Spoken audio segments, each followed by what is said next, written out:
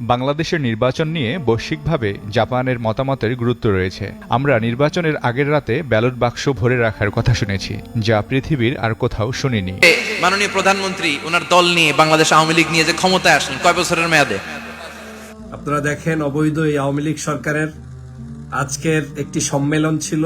সেই সম্মেলনে পাশার চেয়ার মাথার উপরে ঢাল বানিয়ে তারপরে আত্মরক্ষা করতে হয়েছে সেই আওয়ামী লীগের প্রেসিডিয়াম সদস্য নুরুল ইসলাম নাহিদকে। আসসালামু আলাইকুম। নির্বাচনের আগের রাতে ব্যালট বাক্স ভরা নিয়ে কঠিন হুঁশিয়ারি দিলেন জাপানের রাষ্ট্রদূত।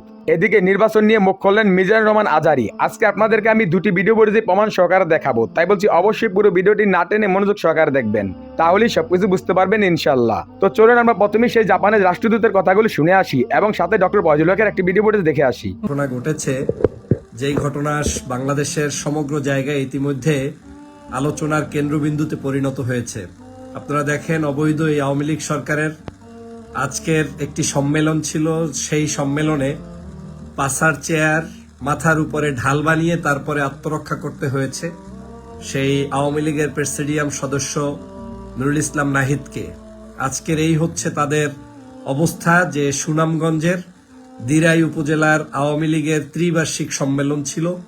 সেই সম্মেলনকে কেন্দ্র করে তাদের নিজেদের মধ্যে নিজেদের মারামারি হয়ে আজকে জাতিকে দেখতে হয়েছে যে আওয়ামী লীগ নামক এই সংগঠনটির জনপ্রিয়তা কিংবা তাদের ব্যক্তিগত রেশারেশি এবং বাংলাদেশের মানুষের কাছে তাদের গ্রহণযোগ্যতা। আজকের আমাকে অবাক করেছে বাংলাদেশের সমগ্র জায়গার মানুষকে, যারা পুলিশ প্রোটেকশন ছাড়া চলতে পারে না, যারা নিজেদের নিরাপত্তার জন্য সর্ব জায়গায় নিজেদের নিরাপত্তার জন্য সরকারের সব বাহিনী ব্যবহার করে, তারা আজকের সামান্যতম তাদের নিজেদের সম্মেলনে নিজেদের নিরাপত্তা বিধান যারা করতে পারে না, তারা হুমকি দেয়, ধমকি দেয়, খেলা হবে, এই হবে, সেই হবে। বাংলাদেশের মানুষদেরকে তারা বিভিন্ন উস্কানি দিয়ে তারপরে আজকের আপনাদেরকে আমাদেরকে প্রতিহত করতে চায়। আপনি জানেন, একটি ত্রিবার্ষিক সম্মেলন, এটা একটি তাদের নিজস্ব সম্মেলন, যেই সম্মেলনে তাদের নিজেদের লোক থাকার কথা। আপনারা জানেন, গত কয়েকদিন আগে এই কেন্দ্রীয় আজকের এই অনুষ্ঠানের যারা অতিথি ছিল তার মধ্যে একজন ব্যক্তি ছিল, তার নাম হচ্ছে সাংগঠনিক সম্পাদক আহমদ হোসেন সাহেব। এই আহমদ হোসেন সাহেবের বিভিন্ন বক্তব্য আমরা রিসেন্টলি বিভিন্ন মিডিয়ায় শুনতে পাই। এই আহমদ হোসেন গত কয়েকদিন আগে আমাদের গণ অধিকার পরিষদের সম্ভবত রেজা কিবরিয়াকে রাজাকার আখ্যায়িত করেছিলেন। হ্যাঁ, এই আহমদ হোসেনই রাজাকার আখ্যায়িত করেছিলেন, বলেছিলেন বাংলাদেশের তিনি আলবদর আল শামস এই সেই।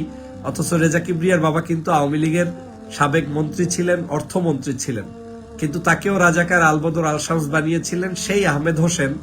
আজকে তার একটি সম্মেলনে যেখানে তিনি অতিথি হিসেবে গিয়েছেন, সেখানে তিনি চেয়ার দিয়ে তার জীবনকে আত্মরক্ষা করতে হয়েছে।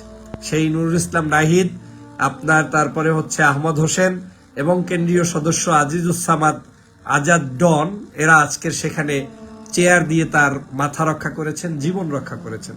তো যারা এখন চেয়ার দিয়ে জীবন রক্ষা করতে হচ্ছে নিজের দলের কাছে, আমি এজন্যই ক্যাপশনে লিখেছি যে আপনারা দল ক্ষমতায় না থাকলে আপনারা পালাবেন কোথায়, থাকবেন কোথায়, যাবেন কোথায়?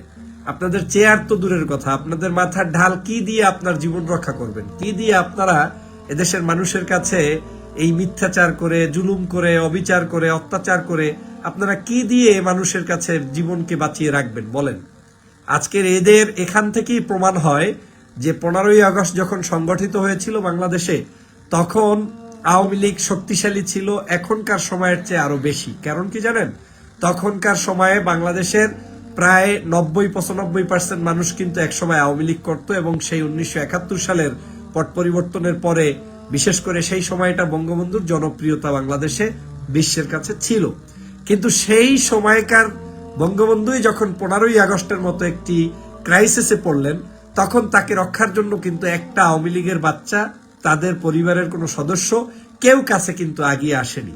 তো সেখান থেকেই প্রমাণ যে আওয়ামী লীগের মূলত সাহসিকতা, আওয়ামী লীগের মূলত দেশপ্রেম, কিংবা আওয়ামী লীগের মূলত তাদের নেতৃত্বের প্রতি ভালোবাসা, এটা কোনো যুগে যুগে ছিল না। এখন যারা করছে এরা হচ্ছে টাকার প্রতি ভালোবাসা দেখিয়ে আজকে তারা এটা করছে। জনগণের সাথে তাদের কোনো সম্পৃক্ততা নেই। বন্ধুরা আমার, আজকে না হয় একটি সম্মেলন যেই সম্মেলনগুলোতে তোমাদের নিজেদের লোকজন এসেছে, নিজেরা নিজেদের বন্ধুদেরকে নিয়ে একটি সম্মেলন করেছো, সেই সম্মেলনে তোমাকে চেয়ার দিয়ে তারপরে জীবন রক্ষা করতে হয়, এর চেয়ে দুর্বিষহ লজ্জাস্কর আমার কাছে কোনো সাবজেক্ট থাকতে পারে না বন্ধুরা আমার। আজকের এই চেয়ার দিয়ে কয়দিন টিকতে পারবা? প্লাস্টিকের চেয়ার দিয়ে হয়তো তুমি এখন আওয়ামী লীগের হাত থেকে নিজের মাথাকে রক্ষা করলা আওয়ামী লীগ হয়ে, কিন্তু বাংলাদেশের মানুষ যখন তোমাদের উপরে ক্ষিপ্ত হয়েছে বা হবে, তখন বাংলাদেশে তুমি তো কামান ফিট করেও তোমার জীবন রক্ষা করতে পারবা না। এরা প্রত্যেকে পালাবে, এমন এক পালাবে, মানে এমন দৌড় দিবে যে দেয়ালে মাথার বাড়ি খেয়ে তারপরে ছিটকে পড়বে, কেউ আহত হবে, কেউ নিহত হবে, কেউ তার অসুস্থ হবে, কেউ হসপিটালে যাবে, কেউ মানে প্লেনের চাক্কার পিছনে তুলবে। এক বিভীষিকাময় পরিস্থিতির সৃষ্টি হবে আওয়ামী লীগের, যার প্র্যাকটিস কিন্তু বর্তমান আওয়ামী লীগই এখন জাস্ট এটা শুরু করেছে।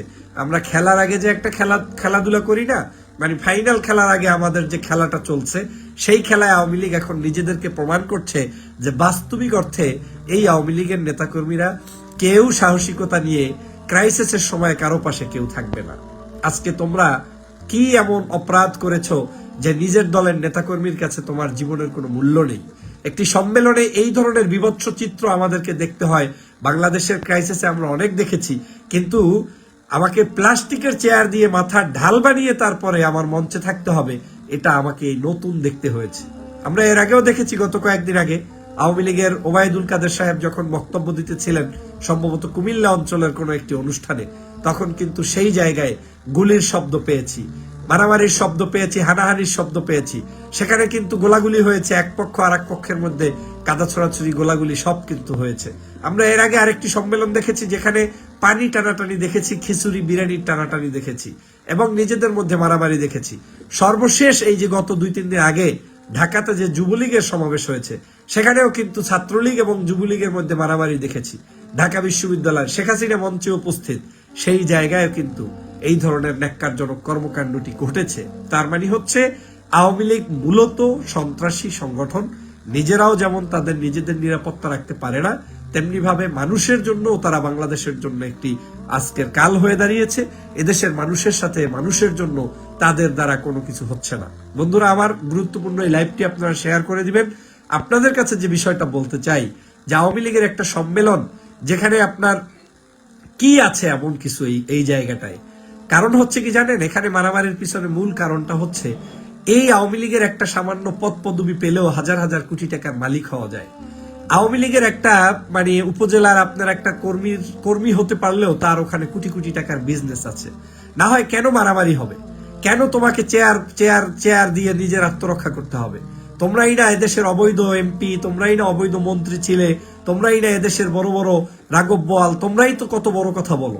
আসলে এই বড় কথা বলা লোকগুলোই আজকের আওয়ামী লীগের জন্য কাল হয়ে দাঁড়িয়েছে।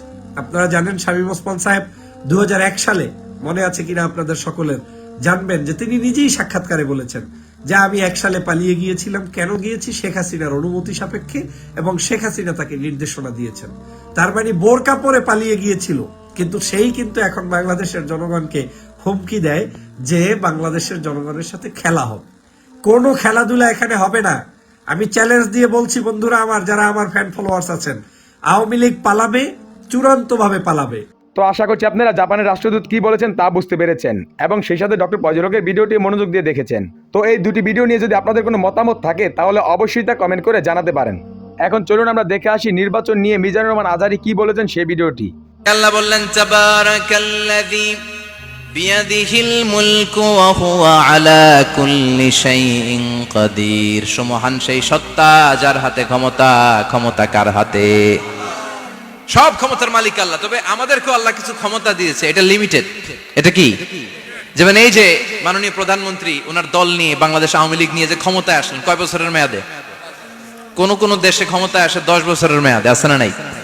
আল্লাহ আসছে কয় বছরের মেয়াদে? 30 বছর, 40 বছর। আল্লাহর ক্ষমতার মেয়াদ 100 বছর, এরপরে রিনিউ করা লাগবে। এটা কথা বলেন। আল্লাহ বলেন হুয়াল আউয়ালু ওয়াল আখিরু ওয়াল যাহিরু ওয়াল বাতিন ওয়া হুয়া বিকুল্লি শাইইন আলিম। আমি প্রথম, আমি শেষ, আমি প্রকাশ্য, আমি গোপন। ঠিক কিনা? প্রথমে আল্লাহ, আল্লাহ শেষেও আল্লাহ আল্লাহ, আকাশে আল্লাহ আল্লাহ, জমিনে আল্লাহ আল্লাহ। সবাই পড়েন, প্রথমে আল্লাহ আল্লাহ, শেষেও আল্লাহ আল্লাহ, আকাশে আল্লাহ আল্লাহ, জমিনে আল্লাহ আল্লাহ। নিখিল জাহান গায়ে গুণগান তার নামে গায়, আমরাও গাহি তাআলা হামদে বারি তাআলা, হামদে বারি তাআলা, হামদে বারি তাআলা। সুবহানাল্লাহ পড়েন। আল্লাহ বলে আমার ক্ষমতা তোদের মতো 5 বছরের মেয়াদে না, 10 বছরের মেয়াদে না, 20 বছর 30 বছরের মেয়াদে না, আমি চিরকালের জন্য ক্ষমতার চেয়ারে বসা। চিরকালীন মেয়াদ, সৃষ্টির সূচনার আগ থেকে তিনি আছেন, অনাদিকাল পর্যন্ত তিনি থাকবেন। তার ক্ষমতার মেয়াদ আনলিমিটেড মেয়াদ। চিৎকার করে বলেন ঠিক কিনা? আবার পৃথিবীর অনেক দেশে দেখবেন ডেমোক্রেটিক সিস্টেমে, আমাদের দেশেও তো গণতান্ত্রিক সিস্টেমে ভোটাভুটির মধ্য দিয়ে ক্ষমতায় আসে না, যাদেরকে ভোট দেওয়া হয় বেশি তারা ক্ষমতায় চলে যায়। আল্লাহ তো ভোটে আসছে ক্ষমতায়, কথা কন তো কেমনে আসছে? কারচুপি করে, কথা বলেন। আল্লাহ ভোটে আসা লাগে নাই, কেউ তাকে ভোট দেওয়া লাগে না। আবার অনেক দেশে আছে মোনার্কি সিস্টেম, রাজতন্ত্র, রাজার পোলা রাজা, আল্লাহর বাপ ছিল রাজা, এই জন্য আল্লাহ রাজা। কথা বলেন না, আল্লাহ রাজতন্ত্রের সিস্টেমেও আসে নাই। আবার অনেক দেশে আছে ডিক্টেটরশিপ, একবার ক্ষমতা পাইলে মাগারছে আর ছাড়ে না, আছে না নাই? 20 বছর 30 বছর চলতেই থাকে, আছে না নাই? আল্লাহ কি এই সিস্টেমে আসছে? আল্লাহর ক্ষমতার সাথে পৃথিবীর কারো ক্ষমতার কোনো মিল নাই। চিৎকার করে বলেন ঠিক কিনা? আবার অনেক দেশে কোয়ালিশন করে ক্ষমতায় যেতে হয়, জোট করে। জোটের রাজনীতি এদেশে আছে না নাই? 4 দলীয় জোট, 10 দলীয় জোট, 14 দলীয়, 18 দলীয়, 20 দলীয়, মহাদলীয়, মহাজোট, সামনে হবে মহাজোট। কথা ঠিক কিনা বলেন? তো আল্লাহ কিরকম জোট করে আসা লাগছে? কথা বলেন। তার মানে আল্লাহর ক্ষমতা আমাদের ক্ষমতা এক নয়। আবার পৃথিবীর অনেক দেশে গণ অভ্যুত্থানের মাধ্যমে অনেককে ক্ষমতা থেকে নামানো হয়, ঠিক কিনা? গণ অভ্যুত্থান হয় না, সেনাবাহিনীরা কু করে না, মিলিটারি কু করে ক্ষমতা থেকে নামায়। তো আমরাও যদি আল্লাহর বিরুদ্ধে একটা আন্দোলন করি, আল্লাহ তো নেমে যাবে, নামানো যাবে না? আচ্ছা আমরা পারলাম না, জিনেরা যদি আমাদের সাথে যোগ দেয়, মানুষ জিন ভাই ভাই, আল্লাহর রক্ষা নাই। কথা বলেন, তাও পারা যাবে না। ফেরেশতারাও যদি কয় আমরাও মানি না, তাইলে তো শেষ আল্লাহর গদি। আল্লাহ বলে গোটা বিশ্বের সবাই মিলে যদি আমার বিরুদ্ধে আন্দোলনে নেমে যাস, আমার ক্ষমতার বিরুদ্ধে যদি মিছিল দেয়া শুরু করে দিস, আমার ক্ষমতার 1 ইঞ্চিও কমাতে পারবি না। সুবহানাল্লাহ পড়েন। এজন্য আল্লাহ বললেন তাবারাকাল্লাযী বিয়াদিহিল মুলকু ওয়া হুয়া আলা কুল্লি শাইইন কাদির। সুমহান সেই সত্তা যার হাতে ক্ষমতা, ক্ষমতা কার হাতে? আবার দেখবেন পৃথিবীর অনেক দেশের রাজা সিস্টেম, যেখানে বয়সের ভাড়া যখন নুজ্জ হয়ে যায়, 80-90 বছর বয়স হয়ে যায়, স্বেচ্ছায় ক্ষমতা ছেড়ে দেয়, ছেড়ে দিয়ে রিটায়ারমেন্টে যায়। কথা কন, শোনেন নাই মনে হয়? আছে না নাই? অনেক রাজা স্বেচ্ছায় ক্ষমতা ছেড়ে দিয়ে রিটায়ারমেন্টে যায়, বয়সের ভারে নুজ্জ। তা আল্লাহ তো ওই কবে থেকে ক্ষমতায়, বুড়ো হয়ে গেছে না? কথা কন, এখন আল্লাহর চলতে লাঠি লাগে, আগের মতো ক্ষমতা নাই, চোখে সানগ্লাস লাগে, পাওয়ারওয়ালা গ্লাস ছাড়া আল্লাহ মনে হয় দেখে না। কথা কন, যে ফেরাউনকে আল্লাহ সাগরের জলে ডুবিয়ে মারলো, যেই নমরুদকে আল্লাহ শেষ করে দিল, যেই কারণকে আল্লাহ শেষ করে দিল, সে আল্লাহ আজও আগের ক্ষমতা নিয়ে আছে না নাই? এজন্য বিয়াদিহিল মুলক, তার হাতে ক্ষমতা, ওহুয়া আলা কুল্লি শাইইন কাদির। তিনি চাইলে সব করতে পারেন। তিনি রাজারে প্রজা বানাতে পারেন, প্রজারে রাজা বানাতে পারেন, ধনীরে গরিব বানাতে পারেন, গরিবরে ধনী বানাতে পারেন। তিনি সাগরকে মরুভূমি করতে পারেন, মরুভূমিকে দরিয়া করে দিতে পারেন। তিনি কে? ওহুয়া আলা কুল্লি। তো আশা করছি আপনারা পুরো ভিডিওটি মনোযোগ সহকারে দেখেছেন এবং সেখানে মিজানুর রহমান আজারী কি বলেছেন তাও বুঝতে পেরেছেন। এই বিষয় নিয়ে যদি আপনাদের কোনো মতামত থাকে তাহলে অবশ্যই তা কমেন্ট করে জানাতে পারেন। ভিডিওটি এ পর্যন্তই, দেখা হচ্ছে পরবর্তী ভিডিওতে। সে পর্যন্ত সবাই ভালো থাকবেন, সুস্থ থাকবেন। আল্লাহ হাফেজ।